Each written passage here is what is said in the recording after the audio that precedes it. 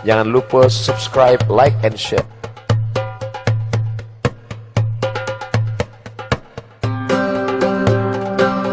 Nampaknya di Malaysia sekarang ini keadaan semakin kurang dan alhamdulillah semakin baik proses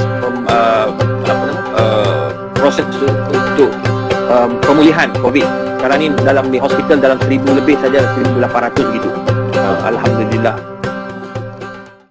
Bismillahirrahmanirrahim. Alhamdulillah wassalatu wassalam ala Rasulillah wa ala alihi wa sahbihi ajma'in. Rabbi syrah li sadri wa yassir li amri wahlul 'uqdatam min lisani yafqahu qawli, amma ba'du. Assalamualaikum warahmatullahi wabarakatuh. Pertama sekali saya bersyukur pada Allah Subhanahu Wa Taala kerana saya dapat bersama-sama dengan yang berbahagia sahabat saya, Dr. Al-Fadil Datuk Seri Dr. Abdul Samad yang sekarang ini berada di Riau. Apa khabar Ustaz? Alhamdulillah Profesor, sehat. Alhamdulillah. Datuk sehat. Alhamdulillah min barakatikum wa du'aikum walhamdulillah. Kita semua berada dalam keadaan baik dan nampaknya di Malaysia sekarang ini keadaan semakin kurang dan alhamdulillah semakin baik proses proses untuk pemulihan COVID. Sekarang ni di hospital dalam 1000 lebih saja, 1800 gitu. Alhamdulillah. Jadi mungkin kita dapat juga sama-sama berkongsi maklumat dan saya nampak di Malaysia dan Indonesia juga sangat aktif ya dengan ilmu, Ustaz. Banyak kajian-kajian melalui streaming. Alhamdulillah. Jadi sebenarnya kita berjumpa ni Ustaz, kita nak berkongsi sebab di Malaysia saja saya lihat ramai orang sudah mula minat kepada program-program agama, membaca, mendengar, belajar soal jawab hukum di dalam internet kerana mereka tidak boleh keluar dan teman mereka tak lain dan tak bukan adalah internet, Facebook, Instagram dan sebagainya. Alhamdulillah, saya setiap malam kita ada live atau buat siaran langsung dengan rakan-rakan artis, dengan ustaz-ustaz terkenal, termasuk Ustaz Azhar Idrus juga, tetapi kami buat di Instagram, tetapi kali ini kita buat live dalam Facebook. Alhamdulillah. Jadi Ustaz, sebagai mukaddimah untuk sahabat saya Dr. Abdul Samad, mungkin ramai orang di Malaysia yang sekarang ini sedang berada dalam kesedihan, ya, ketakutan, sedihnya kerana ekonomi memang agak teruk kerana tidak kerja, apatah lagi yang mereka punya gaji harian ya, Datuk. Jadi macam mana kita nak kongsikan, bagikan semangat kepada mereka ni Ustaz agar kita sama-sama dapat bangkit selepas peristiwa COVID-19. Mungkin Ustaz boleh kongsi sama. Baik. Bismillahirrahmanirrahim. Assalamualaikum warahmatullahi wabarakatuh. Assalamualaikum warahmatullahi wabarakatuh. Alhamdulillah wassalatu wassalamu ala Rasulillah Sayyidina wa Maulana Muhammad ibni Abdillah wa ala alihi wa sahbihi wa man tabi'ahu wa mawala. Yang sama kita hormati Al-Mukarram Sahibul Fadilah Fadilatu Profesor Madya Dr. Datuk Izhar Muhammad Qasim Hafizahullah wa saddada khutah. Amin. Guru kita bersama. Amin ya Rabb. Jamaah di Malaysia dimanapun berada yang menyaksikan pertemuan yang barakah ini, bahwa hidup ini innallaha idza ahabba 'abdan ibtala. Kalau Allah sayang kepada seorang hamba, dia uji hamba itu. Lalu kemudian Allah berfirman dalam Al-Quran, a'udzubillahi minasyaitonir rajim, ahasiban nasu ayyusraku ayyaqulu amanna. Apakah manusia itu dibiarkan begitu saja berkata amanna, kami beriman, wa hum la yuftanun, padahal iman mereka itu belum lagi diuji. Menguji emas dengan api, barulah nampak dibezakan mana batu mana emas, manakala dibakar dengan api. Menguji manusia dengan kesenangan dan kesusahan. Ada orang masa diuji dengan susah, dia berzikir, baca Quran, banyak sembahyang sunat, ingat Allah.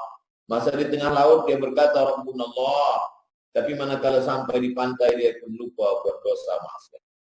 Ada pula setengah orang diuji dengan harta benda, dia bersyukur kepada Allah. manakala susah, di situ dia lupa pada Allah. Makanya sifat orang yang bertakwa itu alladzina yunfiquna fis sarra wad dharra. Dia bersedekah berbagi masa lapang maupun masa sempit, masa senang maupun masa susah. Orang yang beriman kepada Allah, tiada beza Allah yang dia sembah masa lapang, Allah itu juga yang dia minta masa susah. Maka kata Allah, ingatlah aku masa senang, nanti aku akan ingat engkau masa lapang. Pintalah padaku masa engkau kaya, nanti masa engkau fakir, susah, miskin, aku pula akan memberi kepada engkau. Oleh sebab itu, ujian yang kita rasakan hari ini adalah ujian semua orang merasa. Amerika dengan kuatnya justru korban banyak. Jepun yang katanya hebat di Asia juga banyak. Korea. Bagaimana dengan ujian yang kadang-kala masanya dirasai oleh seseorang saja. Tiada orang lain merasakan. Oleh sebab itu bila hari ini kita merasa susah, bukan kita yang susah, orang lain pun susah. Coba kita tengok macam mana di Ekuador jenazah di tepi jalan. Bagaimana di Italia, kita tengok bagaimana di Eropa, bagaimana di Amerika. Bersyukur menjadi orang Malaysia. Kerajaan bagi makan, bagi tolong, bagi banyak kemudahan diberikan. Oleh sebab itu, orang beriman ini ajaban li amril mu'min. Orang beriman ini ajaban ajib, menakjubkan. Kenapa begitu? Semua perkara dia baik. In asabathu sarra, kalau dia sedang senang, hidup dia selesa, syakar, dia bersyukur kepada Allah. Kalau dia bersyukur, Allah bagi ganti. La in syakartum la azidannakum, kalau kau bersyukur aku tambah. In asabathu dharra, kalau dia diuji dengan kesulitan, kesusahan, sakit, wabah, sabar. Dia bersabar, itu pun baik juga bagi dia. Kita mendekat kepada Allah ini seperti seekor burung yang terbang dengan dua sayap. Sayap yang pertama, syukur. Sayap yang kedua, sabar. Bila hanya bersyukur saja, kita berputar-putar, tak akan berjalan. Bila bersabar saja, kita pun akan berpusing-pusing, kita tidak akan pergi jauh. Tapi manakala seimbang antara syukur dan sabar. Mungkin selama ini orang Malaysia hanya bersyukur saja. Sebab dia hidup dia lena, tenang, nyaman, senang. Memang sekarang ni Allah bagi suatu ujian supaya dia seimbang antara syukur dengan sabar. Oleh sebab itu tiada cara lain kecuali kita memandang Allah dengan pandangan tauhid. Allah yang kita sembah ni tauhid satu, qul huwallahu ahad. Dia yang membagi kita senang, dia juga yang membagi kita susah. Dia yang membagi kita tenang, dia juga yang membagi kita dalam kesulitan. Tiada tempat meminta kecuali dia. Maka kata Sayyidina Abdullah bin Abbas radhiyallahu anhu, "Idza sa'alta fas'alillah," kalau mintalah kepada Allah. "Wa idza sta'anta fasta'in billah." Kalau minta tolonglah kepada Allah. Tak ada tempat lain. La haula wala quwata illa billah. Iyyaka na'budu wa iyyaka nasta'in. Tapi hati ini kadang risau. Masa dengar tazkirah hati tenang. Tapi bila berbolak-balik, maka dia disebut dengan qalb. Qalb berbolak-balik. Yusbihu mu'minan, pagi beriman, wa yumsi kafiran, petangnya sudah dikafir. Maka tiada lain cara kecuali dengan supaya hati ini tak bolak-balik berdoa, ya muqallibal qulub, engkau yang membalik-balikkan hati, sabit qalbi, kokohkan hatiku ala dinik, dalam agamamu, wa ala ta'atik, dalam ketaatan kepada. Apa yang membuat hati menjadi tenang? Ala bizikrillah, banyak-banyak berzikir mengingat Allah, tatma'innul qulub, hati menjadi tenang. Banyak-banyak beristighfar, astaghfirullahalazim, alladzi la ilaha illa huwal hayyul qayyum wa atubu ilaih. 100 kali baik, 1000 kali lebih baik, makin banyak makin baik. Banyak-banyak bersolawat. Man shalla alayya salatan, siapa yang bersolawat kepada aku 1 kali, sallallahu alaihi biha asyara, Allah balas 10 kebaikan. Wa hatan anhu asyara sayyi'at, Allah tutupi 10 kesalahan. Wa rufi'a lahu asyara darajat, Allah naikkan 10 darajat tingkatan kemuliaan. Banyak-banyak dengan tazkirah. Sebab hati ini seperti pokok kayu yang kering. Bagaimana menyirami dia? Disirami dia dengan tazkirah. Tazkirah dari Profesor Madya Datuk Dr. Ishaq, mendengarkan tazkirah dari Ustaz Kazim Ilyas, tazkirah dari Ustaz Bollywood, tazkirah dari Ustaz Azhar Idrus, dan ustaz-ustaz lain tak boleh saya sebut satu-satu. InsyaAllah petang ini hanya sebagai mukaddimah sahaja, lebihnya kita lebih banyak bercerita, tapi cerita kita pun tentulah cerita agama. Mungkin begitu, Profesor. Betul yang bagi Ustaz. Ni kebetulan malam hari ni memang saya bawakan kita ada soal jawab Ustaz. Sebab ramai yang bertanya, nak tanya hukum. Okey, jadi saya bacakan soalan. Jadi doktor jawablah ya. Assalamualaikum Ustaz. Nak tanya sikit. Apa hukum menyedut ubat asma? Sekarang ni tengah bising juga ni di Malaysia, ada yang kata boleh, ada yang kata tak boleh. Jadi macam mana ni sebenarnya Ustaz? Dari sudut pakai inhaler tu. Inhaler. Ya. Fatwa daripada setengah ustaz mengatakan inhaler ni membatalkan puasa. Setengah lagi mengatakan inhaler ni tidak membatalkan puasa. Fatwa daripada Darul Ifta, Darumah Ifta Fatwa Mesir, Kahirah, daripada Al-Azhar University mengatakan inhaler ini membatalkan puasa. Sebab apa? Sebab dia idkhalus syai' ilal jawf. Idkhal memasukkan syai'ain, benda, ilal jawf kepada rongga. Yang dimaksud rongga ini adalah leher, kemudian paru-paru, kemudian lambung, ma'idah, kemudian usus, perut. Tapi kemudian fatwa daripada ulama-ulama Saudi Arabia, mengatakan tidak membatalkan. Sebab kata mereka tak sampai kepada paru. Dia hanya bila disemburkan, hanya melancarkan pernapasan di hidung saja. Tak sampai ke dalam. Oleh sebab itu bila kita tengok mereka ikhtilaf sebab apa? Sebab perkara sampai tak sampai. Tapi dalam fatwa ni ada yang disebut dengan ihtiyat. Ihtiyat iaitu kehati-hatian. Ulama Al-Azhar dalam hal ini lebih hati-hati dia. Lebih kehati-hatian. Sebab bila dia sembur, mungkin dia tidak hanya setakat melancarkan nafas saja, tapi sikit banyak benda itu masuk juga ke dalam. Sebab dia ni menyelami saluran pernafasan. Maka masuk juga sampai ke paru. Oleh sebab itu dalam hal ini saya lebih condong kepada pendapat ulama daripada tuan-tuan guru dari Darul Ifta Al-Azhar Kahirah Mesir. Saya condong ke sana. Adapun setengah ustaz yang lain mungkin mereka pakai fatwa daripada ulama Saudi Arabia yang mengatakan tak sampai ke paru, hanya setakat saluran pernafasan. Begitulah agaknya Profesor. Wallahu a'lam bishawab. Alhamdulillah, satu pandangan yang baik sebab pandangan yang lebih selamat dipanggil ihtiyat, berhati-hati itu lebih baik daripada kita mengambil jalan mudah dikhawatiri ia membatalkan puasa. Betul tak Ustaz? Betul. Okey, soalan seterusnya. Assalamualaikum Ustaz. Boleh ke berbuka dengan vape? Berbuka puasa dengan vape. Contoh orang itu di dalam perjalanan balik ke rumah, azan sudah berkumandang. Jadi bolehkah dia mengambil vape? Sebab minuman tidak ada, airnya tidak ada, tamar tidak ada, jadi dia ada vape. Vape tu dia isap di dalam kereta. Adakah itu dikira telah berbuka puasa ataupun apa hukumnya sebenarnya? Vape ni, ma adraka ma vape. Vape ni Ustaz, dia yang orang kata apa, kalau di Malaysia itu, kalau Ustaz perasan dia ada macam pen. Dia isap keluar asap. Rokok. Dia bukan rokok, dia adik-beradik rokok. Dia rokok elektronik. Rokok elektronik. Ya, dia pen macam pen. Ya. Jadi bila kita isap, dia ada perisal lah, dia bubur perisal tu isap, dia akan keluar asap. Jadi keluar asap juga. Jadi adakah itu dikira batal puasa atau tidak? Atau bagaimana? Kalau di Malaysia, hukumnya itu sama macam rokok. Maknanya hukumnya, fatwanya sama hukum rokok, iaitu ada yang kata makruh dan ada yang kata haram. Tapi fatwa Muzakarah Malaysia mengatakan rokok itu haram. Jadi kalau rokok itu haram, vape itu pun lebih kurang lah, adik-beradik samanya. Baik, saya faham. Rokok menurut fatwa Syekh Nasr Farid Wasil.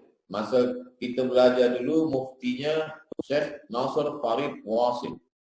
Dia lekatkan di dinding-dinding masjid masa itu, tahun 2000. At-tadkhin haramun syar'an.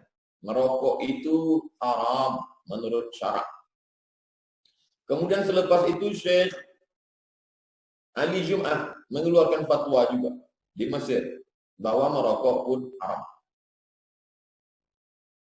Di Indonesia, Majelis Ulama Indonesia dalam hal ini ikhtilaf.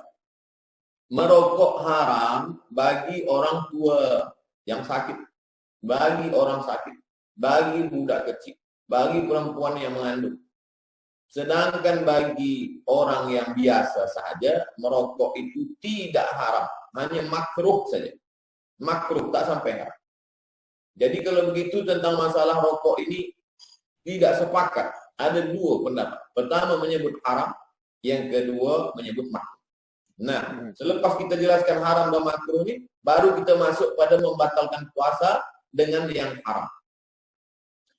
Kalau ada orang membatalkan puasa dengan perbuatan yang haram, maka puasanya batal.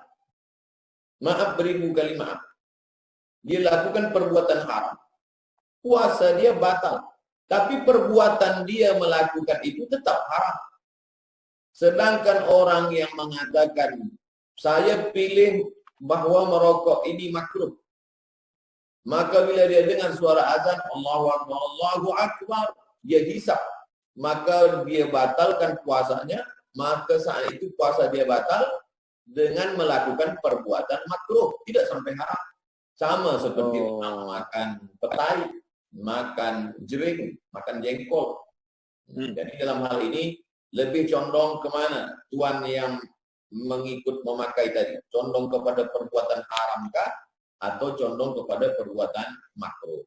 Saya tidak merokok. Maka saya memilih pendapat merokok itu haram. Wallahu a'lam. Alhamdulillah. Samalah. Saya pun bersama dengan pandangan yang mengatakan rokok itu haram, vape juga haram. Tapi kalau ada yang nak ikut mazhab ataupun pandangan yang kata makruh, ya terpulang saja. Sebab nanti kuburnya lain-lain gitu. Nah, mungkin yang merokok ni dia ikut ahlul hisab. Ahlul hisab, ha? Okey Ustaz. Ada lagi satu soalan. Mohon maaf kalau ganggu. Sebenarnya saya ada satu soalan nak tanya berkaitan cara nak bayar zakat hari ini. Apa pandangan doktor berhubung tentang hari ini tidak ada lagi bayar zakat bersemuka. Di Malaysia sekarang ni semua negeri-negeri telah mengarahkan zakat dibayar secara online. Jadi adakah zakat itu sah ataupun tidak? Bagaimana Ustaz? A'udzubillahi minasyaitonir rajim. Wa shalli 'alaihim inna salataka sakanun lahum. Wahai Muhammad sallallahu alaihi wasallam, bila mereka membayar zakat kepada engkau, doakanlah mereka kerana doamu untuk mereka itu menenangkan hati mereka. Maka manakala kaum muslimin membayar zakat, didoakan. Barakallahu laka fima a'taita ila akhirih. Semoga Allah memberikan berkah pada zakat yang sudah kau bayarkan ini. Itu menunjukkan bahwa ada pertemuan antara orang yang membayar zakat dengan yang menerima zakat. Ada akad di situ. Aku bayarkan zakat. Ketika dulu masa kecil saya ingat masa di kampung, dibungkuslah beras, aku bayarkan zakat ini untuk aku, untuk anakku, untuk. Apakah membayar zakat berhadap-hadapan muajahah muqabalah berjumpa itu rukun, syarat, wajib? Maka bukan rukun, bukan syarat, bukan wajib. Ianya hanya sunnah sahaja. Yusabu fa'iluhu bila dibuat dapat pahala. Wala yu'aqabu tarikuhu bila tak dibuat tidak dihukum. Oleh sebab itu, bukan rukun, bukan syarat, bukan wajib. Bila kita bayarkan terus dengan akad, yang menerima zakat itu mendoakan, maka perbuatan itu sunnah. Tapi bila kita tidak lakukan macam itu, maka zakat itu tetap sah. Untuk zaman sekarang ini, maka baik kita bayarkan zakat melalui tempat-tempat yang rasmi kerajaan, kita bayar supaya boleh disalurkan, distribute oleh lembaga zakat kerajaan. Wallahu a'lam. Alhamdulillah. Seterusnya soalan. Saya ingin bertanya, jika air mani kita terkena tilam apa yang harus kita lakukan? Basuh ke atau buang terus? Dan jika kita baring atas tilam itu, adakah baju kita najis kerana terkena air mani yang ada pada tilam? Hadisnya diriwayatkan oleh Sayyidatuna Aisyah, ibu kita, Ummul Mukminin. Itulah rahasia daripada Nabi Muhammad SAW menikah dengan Aisyah. Kenapa Nabi menikah dengan Aisyah? 2000 lebih hadis diriwayatkan oleh Sayyidatuna Aisyah.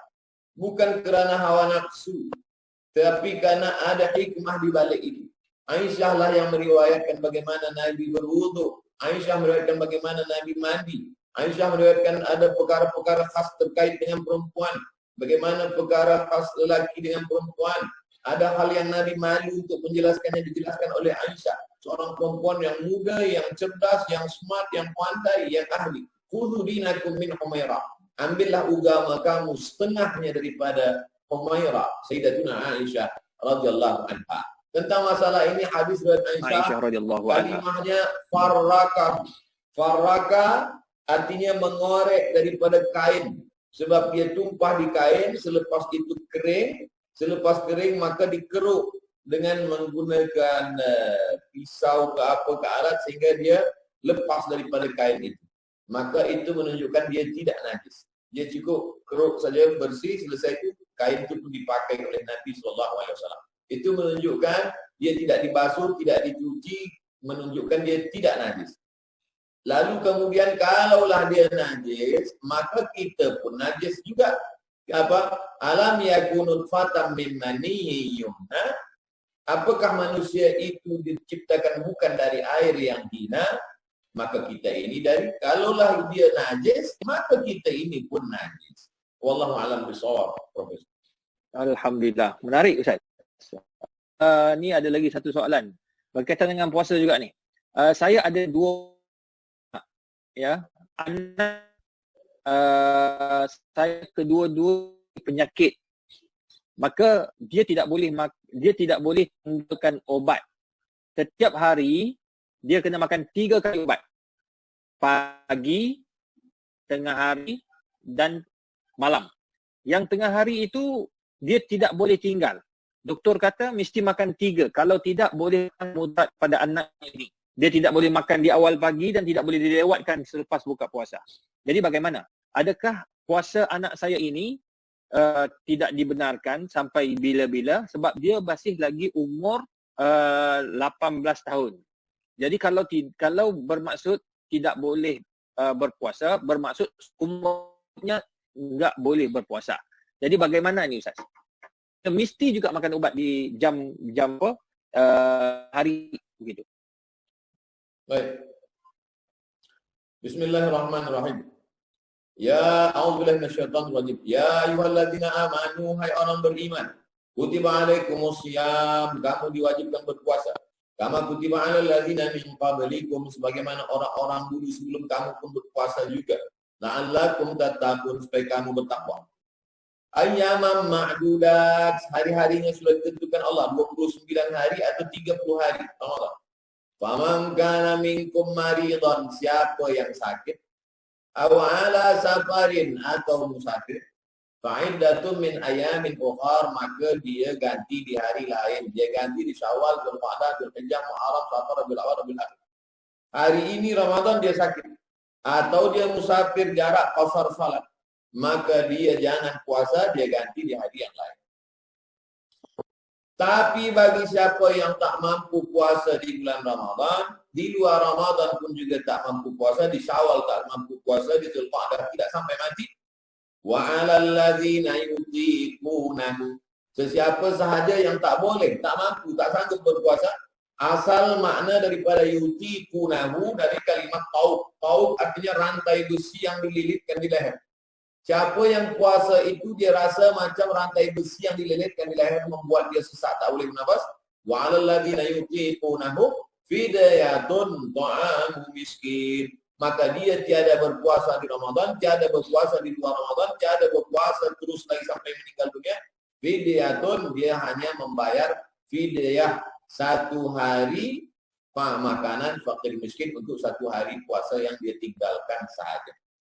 Oleh sebab itu pilihannya ada 2. Kalau tak sanggup di bulan Ramadan kerana sakit atau musafir, ganti di luar Ramadan.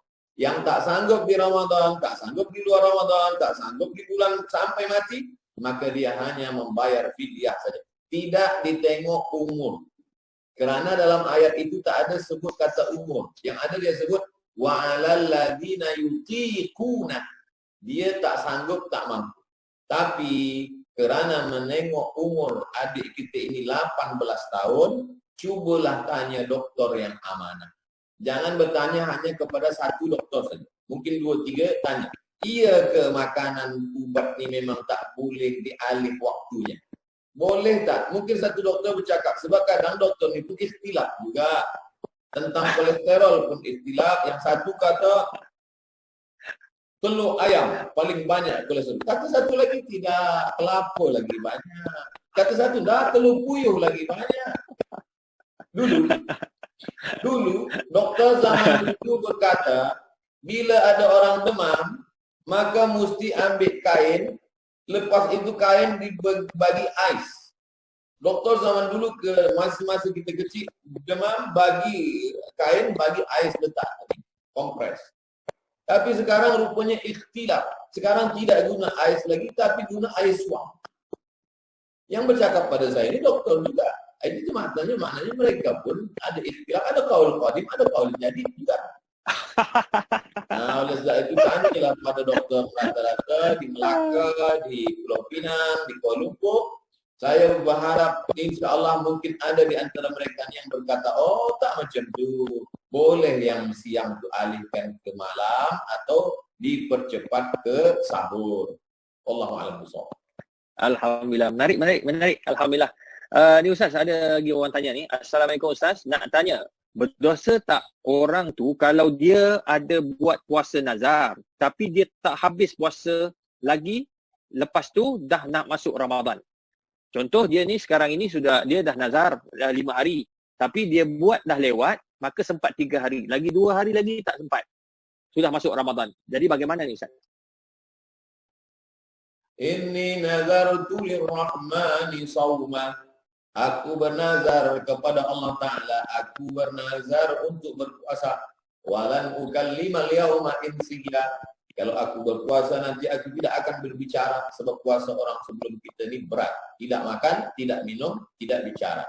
Rupanya kita lagi berat. Tak makan, tak minum, tak keluar rumah. Nah, oleh sebab itu nazar maknanya merubah yang biasa menjadi ibadah wajib. Merubah yang sunat menjadi wajib. Puasa kita hanya puasa Ramadan. Tapi bila kita jadikan nazar, maka puasa yang hari biasa menjadi wajib. Bernazar puasa 5 hari. Baru dilakukan 3 hari. Lepas 3 hari masuk Ramadan. Bila dibuat yang 2 hari lagi ni, 2 hari lagi ni dibayar nanti di bulan Syawal insyaAllah. Nanti di bulan Syawal berpuasa saja niat nazar tadi. Siapa yang berpuasa 6 hari di bulan Syawal, sesiapa sahaja yang berpuasa wajib 6 hari di bulan Syawal, automatically dia sudah dapat puasa sunat 6 hari di bulan Syawal. Begitu kata Imam Zakaria Al-Ansari. Diambil pendapat ini oleh Syekh Atiyah Saqar dalam Fatwa Al-Azhar. Jadi bagi sesiapa yang berat nak buat puasa sunat, buat saja puasa qadha 6 hari, atau puasa yang tinggal lampau 6 hari, atau puasa nazar tambahkan, puasa qadha 3 hari, puasa nazar 3 hari, 6 hari dibuat puasa di bulan Syawal, automatically sudah dapat pahala puasa sunat. Tapi niatnya tetap satu, niat qadha atau niat nazar. Wallahu a'lam bishawab, Profesor. Jadi kalau katakan kalau dia niat mutatabi'ah, 5 ayyam mutatabi'ah, 5 hari berturut-turut, tapi dia sempat 3 saja, 2 lagi tak sempat. Jadi adakah dia sambung ataupun dia kena ulang balik daripada awal? Kalau dia bernazar am ni tak ada takhsis, tidak terikat. Saya hanya puasa 5 hari. Tak ada dia sebut mutataliyatin, berturut-turut, maka boleh dia buat 1, lepas tu makan, 3, lepas tu Ramadan. Tak ada.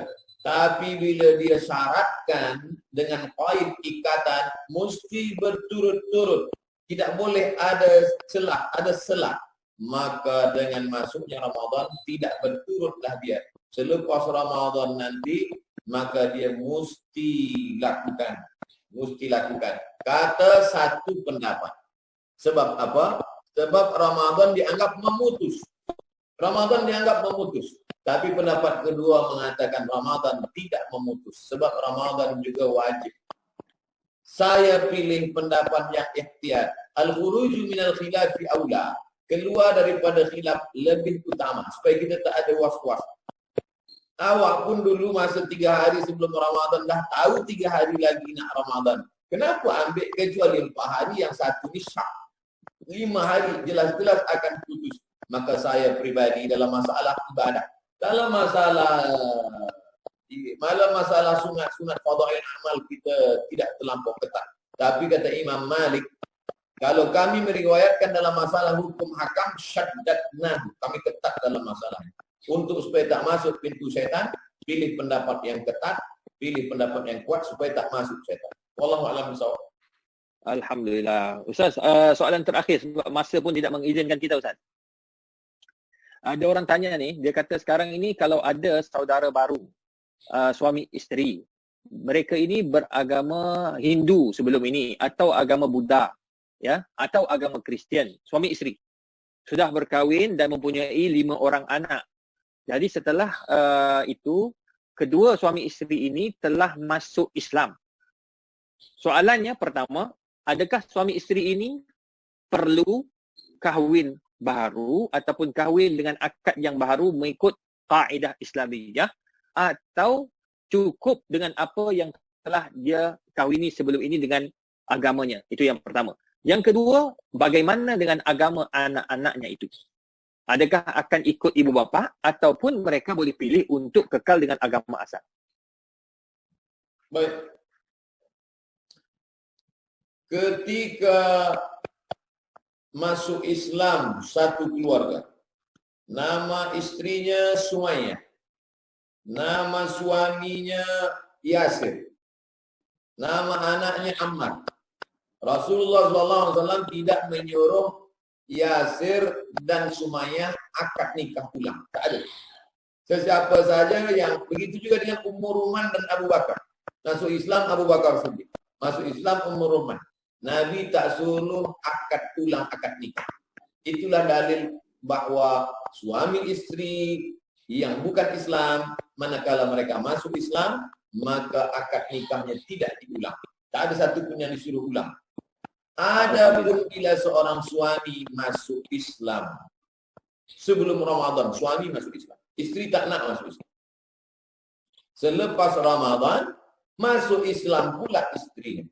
Maka bila begitu situasinya, keadaannya, maka diakad ulang. Sebab apa? Sebab dia tidak masuk Islam bersama-sama.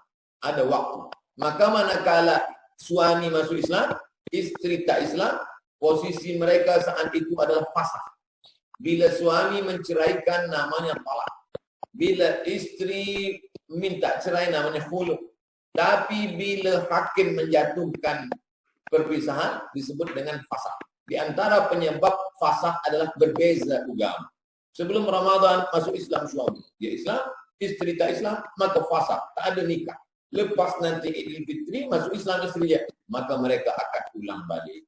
Jadi kesimpulannya, bila sama-sama masuk Islam, tak ada akad nikah ulang. Tapi bila tak serentak masuk Islamnya, maka akan ulang sebab pernikahan mereka sudah fasakh.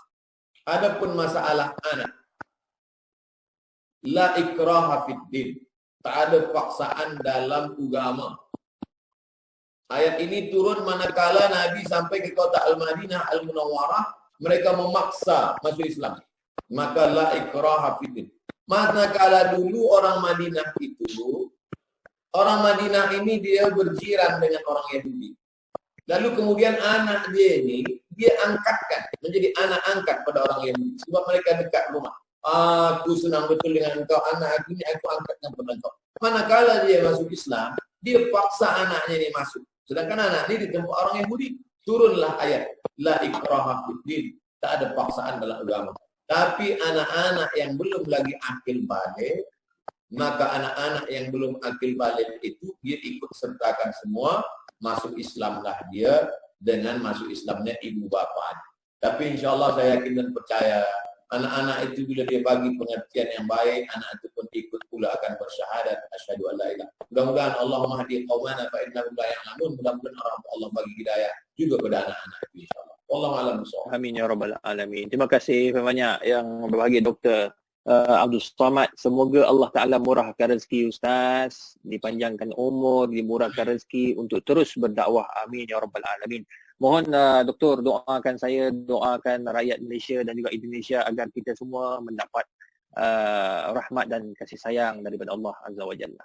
A'udzu billahi minasyaitonir rajim. Bismillahirrahmanirrahim. Alhamdulillahirabbil alamin. Arrahmanir rahim. Maliki yaumiddin. Iyyaka na'budu wa iyyaka nasta'in. Ihdinas siratal mustaqim. Siratal ladzina an'amta 'alaihim ghairil maghdubi 'alaihim waladdallin. Amin.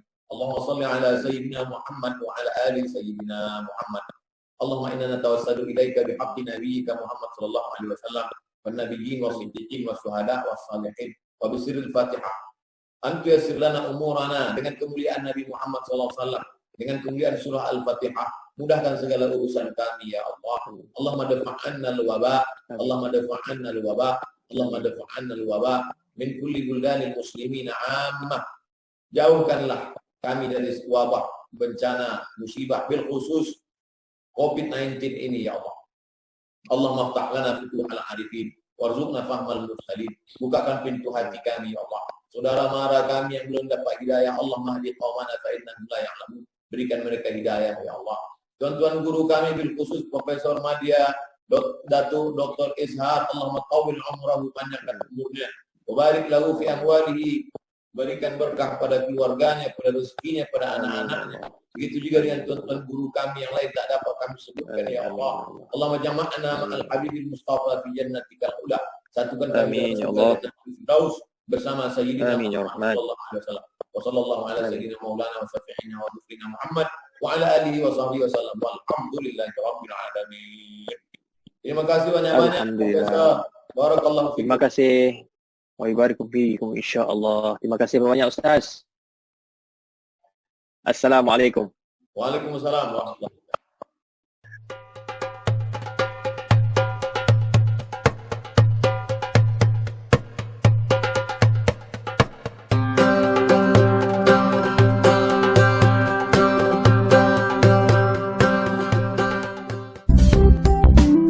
Jangan lupa subscribe, like, and share.